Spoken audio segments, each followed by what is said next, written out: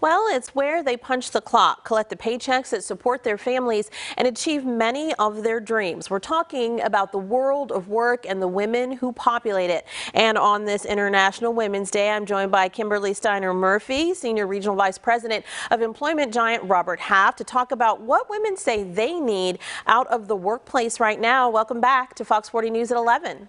Thank you. We're entering the third calendar year of the pandemic. Companies were able not just to survive, but thrive when most of their employees spent the early days of the coronavirus working at home. A survey by Robert Half just completed shows that the majority of women polled still want fully remote positions, right?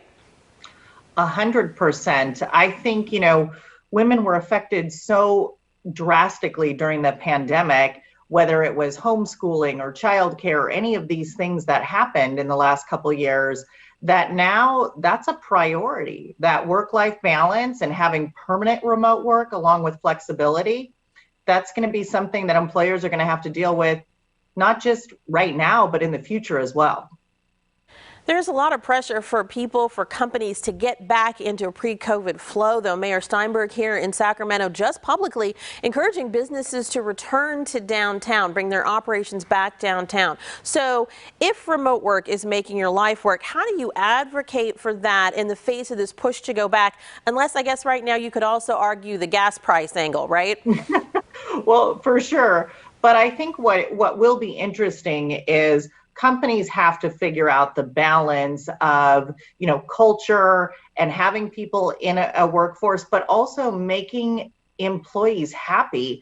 And I think if you look at what's happening, whether you want to call it the Great Resignation or the Great Reshuffle, employees will make changes if you don't hear the needs that they have in today's world. They just will. And even if you don't want something fully remote, 42% of the respondents in your survey said they want more flexibility in their work or when they take breaks. Why do employers need to realize that those kinds of requests really aren't the problem that they may have appeared to be at the onset or pre-COVID? Well, I think what we realized when we all went to work remotely is that we could balance work priorities with other things that are happening, in our household. And so I think if you think about flexible schedules, whether you want to pick up your kids from school or whether or not you want to watch a soccer game, like these are things that employers are going to have to deal with if productivity is still there. And I think that's going to be the key. Can you show that your productivity levels are still high with a flexible schedule? And if you can show that, I think companies are going to have to adapt. And as per many areas of life, you just got to bring the receipts. You have to track that. There's no guarantee that the employer will be keeping up with how well you've been doing at home and looking at some metrics that you may focus on that are showing results that they may not have been really tracking during the pandemic. So you've got to keep your own notes per se, right? 100%. I think if you want to ask for certain things, you've got to show the value. Like, here's your return on investment for you investing in a more flexible schedule for me or a permanent remote type situation. Here's what I'm doing for you. And, on International Women's Day, sometimes, women don't always express that for fear of being maybe too aggressive or any of those things. And I think, that's something we'll have to get better at, to show here's what I can do and here's what I will do.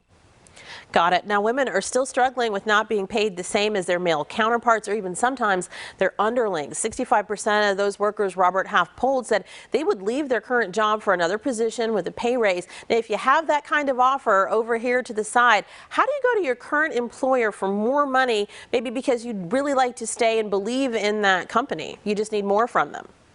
I think you've got to do your research, and I think you have to be prepared to talk about it. You can't just say, hey, do you have a few minutes to your boss and then talk about salary. I think you're going to have to set a meeting. I think you're going to have to role play out with maybe a mentor in your same industry and really have that, ammunition to talk with your boss or your supervisor about, equal pay. And, here's what other positions in the marketplace are paying. And I think you've got to have that research done.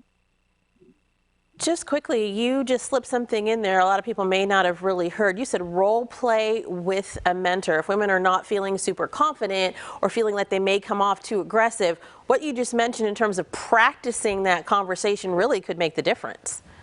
100%. I think that, when you go into a business meeting, whether it's asking for more pay or asking for a promotion, I think you need to practice what you're going to say. And I think, you can do that in the mirror and you can do that online. But when you do it with a mentor that you really get authentic and genuine feedback, that's a lot different. And they can give you different word tracks and you guys can come to maybe the right words together to be able to put yourself up for professional conversation. Really important tips on this International Women's Day and every day, because women are working every day. Thank you, Kimberly Steiner Murphy. We appreciate you. Thank you.